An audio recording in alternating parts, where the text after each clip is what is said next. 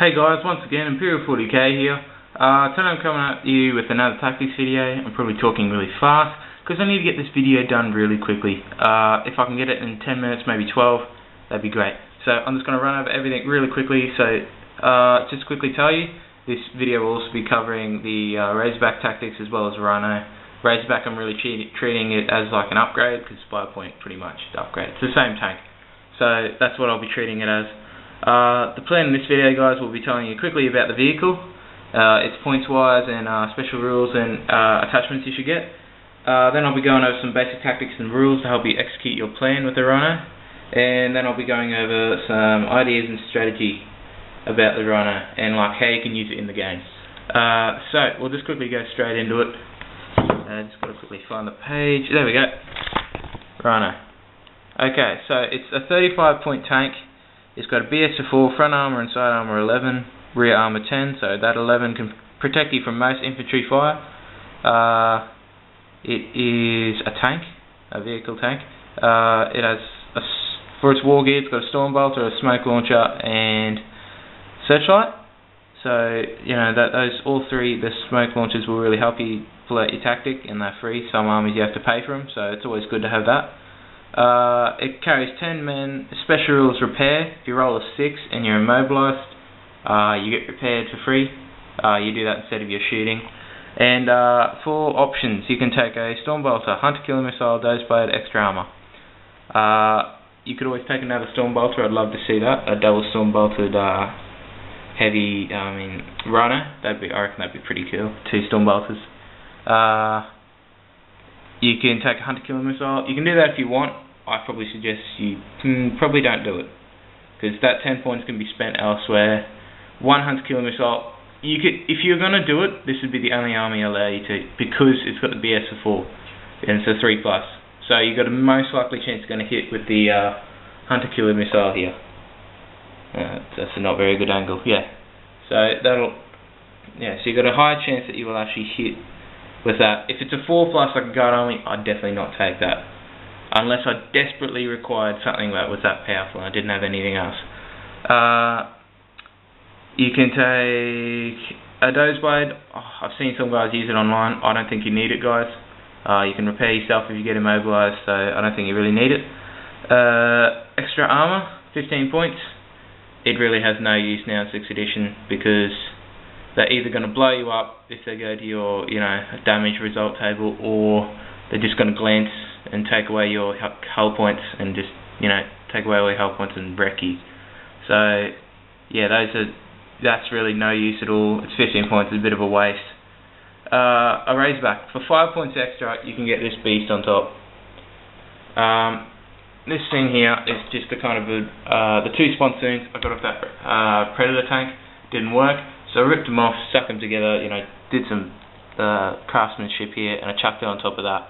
So it looks like a Razorback turret, and it's legit enough. So I use it in some games when I don't need to carry the full 10. Anything else? That's pretty much it. So it's 5 points for that, but if you already got the storm bolter glued on like I do, it's pretty much like a 15 point upgrade, but that's still worth it. 20 heavy bolter, that's definitely, very good. So now we'll just quickly go over some tactics. Deployment. Just wait. Okay, so you got some train on the field. You're really going to have a mission with this tank. It's just like, do something in the first 2 turns. So your mission is, say for example, you got a attack squad inside, and they need to get to this objective over here. Okay, so you want to get the straightest, quickest way you possibly can get over there. The best way to do this is, say you can only deploy up to there, that's as far as you can go, imaginary line there.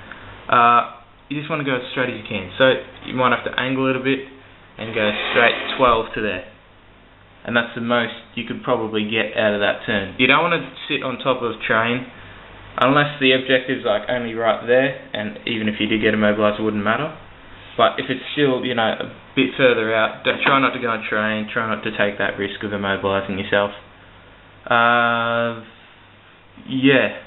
So you just got to look for that when you're deploying, and try not to run straight into a hammerhead or something, try to stay away from it, and it might, it probably won't shoot you. You'll probably be more concerned with the predator tank or something. Movement. Should you move or should you not move? I say move at least 6 inches every turn, unless there's a strategy behind it. Say there's an objective here, and there's a guard squad or something over here coming for it, and you just go, oh, okay, I'll just cock block them, and I'll just sit on top of it. And unless you're just going to sit there for a turn and just stop them from capturing it pretty much until more reinforcements arrive to come capture it, say another scout squad or a tactical squad's running up behind. Yeah, so you can do that. Shooting. What do you do with the shooting phase? There's 3 things you can do with shooting. Okay, so you can shoot, for one, shoot your storm bolter. Doesn't really do much. 2, you can go flat out. Now all vehicles can do that, depending on what kind of vehicle it is how far it can move. In 6th edition, you do this in the shooting phase. So it can move an extra 6 inches, this tank, the Rhino. Or you can use smoke. Pop smoke gives you a 4+ save. It's a 1-turn thing, so if you're going to use it, it's probably be the first turn. This is if you're using like the dedicated transport kind of strategy, which is just run up the field, so there's a tank there and you're like, oh shit, he's probably going to blow me up. So I'll pop smoke to try and avoid that. So popping smoke's always good. You got those 3 options. It really just depends on the game situation you're in. If you need to shoot, or you got a hunter-killer missile on something, and you think you'll possibly get this tank, do it if you have to. If you need to get that extra 6 inches, like you're just here and it's there, and you just want to go bam, do that if you need to. If you got nothing else to do and it's the first turn, you think maybe it's going to blow me up, just always pop smoke. It's always just good to have that precaution there. And to remind you, just like chuck a 4 dice on top of it, just remind you got a 4 up cover save. Not a destroyed weapon for the number 4. I know some people do that. Yeah. So ramming and tank shopping. So shocking, not shopping. So after 2 turns, you should complete your objectives, which should be either deploying, transporting tac squad in this up to there, and say dropping them out. That'll only take you about 2 turns, maybe 3 if you really take that long, or the objective's far away. And then after that, if it's still not blown up, they haven't touched it, it's done its job, it can now just cruise around the field and just go annoy people, like tank shocking. And so there's a squad more towards the back of the table, tank shot them, make them, if they fall back, they can fall back off the table, then you can just lose a squad. This tank will then be your bloody hero. So just after it completes its job, just use it as a, sometimes a cock blocker where you can just sit on top of another objective while your guys behind it capture it because they're within 3 inches, and kind of sit towards the front, as you can see there. And or you can just run around the table, be a nuisance, make him use some resources to take that tank out, because you really don't need it after it's done its job. Oh shit, that was the chair.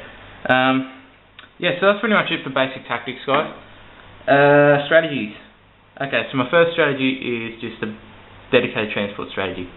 So that's just pretty much basically as you think it is. This is what you do with tanks while you transport. Move them to 12. If the objective's just a little bit further, move them the extra 6 or flat out. Or say you got extra 6 to get behind cover, so then a tank over there or something, you get the 5 up to save. Or if you can't get that and you got nothing else to do and you think you're going to get shot, pop smoke. I don't think you should be shooting if you're using a dedicated transport. I don't think you should be using the storm bolter. It does nothing. Or the hunter-killer missile. You shouldn't be using it as like a solution to take out a tank. You should just use this for what it is, which is a dedicated transport. Yeah, so first 2 turns it should get the job done, then after that, like I said, you can just run around and be a nuisance and tank shot people. Or run them over, whatever it's called. Yeah, ramming and tank shocking. The second strategy I got here is, what it requires, guys, is a devastator squad with 2 heavy weapons, preferably laser cannons. If not, missile launchers. So what I've done here is I've taken the rocket launcher guy out of that tac squad, the las cannon guy out of that tac squad, the sergeant out of a tac squad, and just 2 regular marines out of any other squad. Now, now it's a Devastator squad with 2 heavy weapons. You don't need all 4, because only 2 guys can shoot out the top of this. You're probably getting my feel now on what I'm trying to get at here. So, these guys, the Devastators, they can get a Rhino as transport. So do that. Chuck them inside.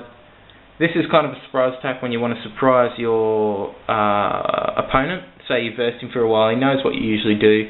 This is a bit of a change up, mix shit up a bit. So this guy's supposed to have a Signum, the Sergeant, for it to be a Devastator squad. He doesn't have one. Unless you've got a spare part, we can glue it on.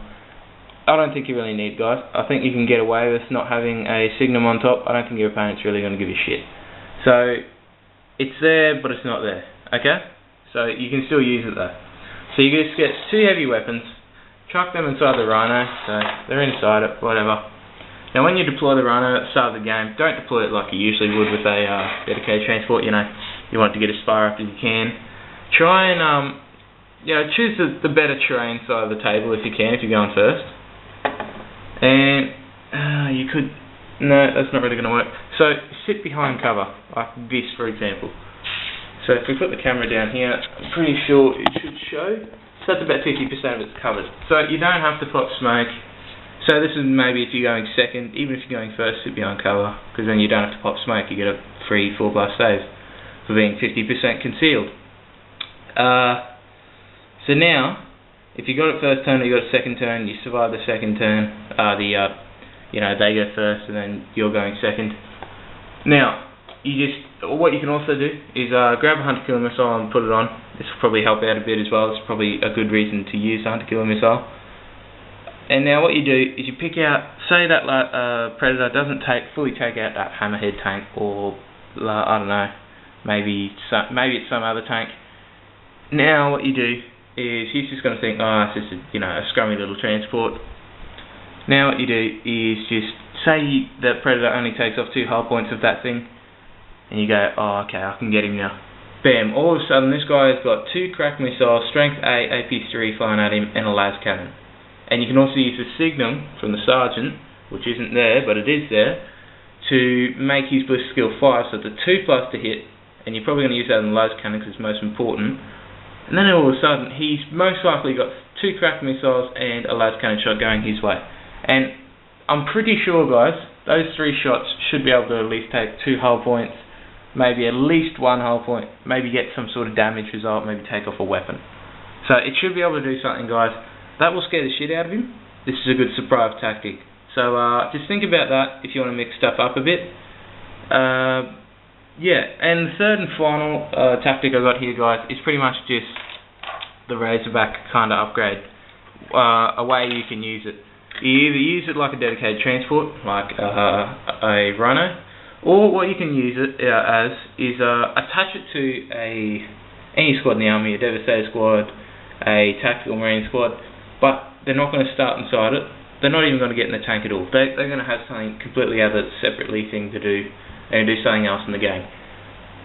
This tank, you can just use it, upgrade it a bit, chuck a Storm Bolter on it, twin link heavy bolter, and if you really want, chuck a hunter killer missile on it. I probably don't think you should, because you want to use this tank as like a light anti-infantry tank. Because with the twin link heavy bolter and a Storm Bolter, it can do a little bit of damage. It can do enough to probably get the enemy's attention. So that's one way you can use this tank. It doesn't have to have anyone. So just use it as a light infantry tank, run it around the board, 6 inches every time, shooting the Storm Bolter as a defense weapon, that as your main weapon. I'm not sure about defense weapons in the 6th edition. I'm really struggling. I haven't found anything in the rulebook to help me out. I'll look into it some more, but I'm pretty sure it's the same as 5th. You got defense weapons and full weapons. Defense is strength 4 under, full weapons is 5 and up. So yeah, that's another strategy you can use. So that's pretty much it, guys. That has covered the Rhino and the Razorback, and that's about it. So like and subscribe for more videos, that is. Comment if I made a mistake in this video, you think I did something wrong, I don't know, just point it out to me, or I said a rule wrong. or comment on what video should be next. I know for sure I'm doing the Scouts video, as if you've seen my other tactics videos, you should kind of already know that. So I'll cover the two different Scouts, two different videos, because they're slightly different, the sniper ones and the regular Scouts. And then your comments will help me find out which video I should do after that, either Terminators, or HQ, or the Predator. Or I think I'll have another squad by then, I don't know. I'm trying to get a Vindicator. I'll probably be a bit before I get that though. So that's it, guys. If you haven't already seen my other videos, go onto my channel, subscribe, check them out, like them if you like them.